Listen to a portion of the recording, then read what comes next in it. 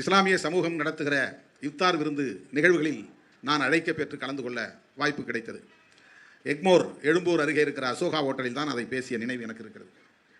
அந்த நிகழ்வை நீங்கள் ஒருங்கிணைத்தீர்களா, யார் ஒருங்கிணைத்தது என்று எனக்கு நினைவில்லை.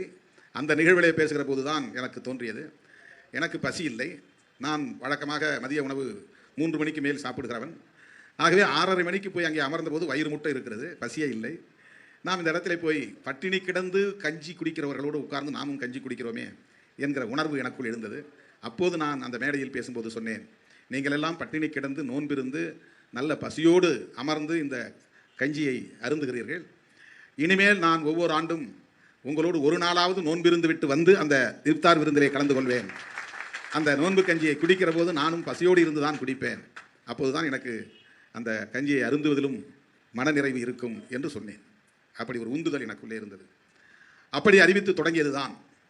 கட்சியிலே இருக்கிற தோழர்கள் ஒரு நாள் போதாது, ஒரு நாள் சகர் முகமது யூசுப் வீட்டுக்கு போனால் இன்னொரு நாள் சகர் ரஹ்மான் வீட்டுக்கோ, சாகர் நம்முடைய ஆலூர் ஷானவாஸ் வீட்டுக்கோ, முத்து முகமது வீட்டுக்கோ அல்லது முபாரக் வீட்டுக்கோ வர வேண்டும் என்று அவர்கள் அழுத்தம் கொடுக்க, அந்த ஒரு நாள் என்பது 3 நாள் ஆனது, 3 நாள் என்பது 5 நாள் ஆனது. அப்படித்தான் இது 21 ஆண்டுகளாக கடந்து வந்திருக்கிறது. நமது இயக்கத்திலே இருக்கிற இஸ்லாமிய தோழர்களின் உணர்வுகளை மதிப்பது என்பதுதான் அங்கே அடிக்கோடிட வேண்டிய செய்தி. இதில் வேற எந்த உள்நோக்கமும் இல்லை. என்னோடு இருக்கிற, என்னை நம்பி இருக்கிற, என் தலைமையை ஏற்றுக்கொண்டிருக்கிற எமது இயக்க தோழர்கள், இஸ்லாமிய சொந்தங்கள், நீங்கள் நோன்பிருப்பது என்று முடிவெடுத்து விட்டீர்கள். அது ஒரு நாளாக ஏன் இருக்க வேண்டும்? அதுவும் யூசுப் வீட்டில் மட்டும் ஏன் நீங்கள் சாப்பிட வேண்டும்? எங்கள் வீட்டிற்கும் ஒரு நாள் வர வேண்டும் தானே என்று அவர்கள் விடுத்த அழைப்பை ஏற்றுத்தான் அதை விரிவாக்கம் செய்தேன். அப்படி பார்த்தால் நான் 30 நாளும் இருக்க வேண்டிய நிலை உருவாகும். ஆனால் முடியாது, உள்ளபடியே முடியவில்லை. ஏனென்றால் நோன்பு இருக்கிற இந்த 5 நாட்களில் தான் அதிகமான வேலைப்பளு வருகிறது. பகலெல்லாம் நான் நிகழ்ச்சிகளில் பங்கேற்க வேண்டியிருக்கிறது. இந்த நிகழ்ச்சிக்கு கூட நான் காலதாமதம் ஆகிவிட்டது.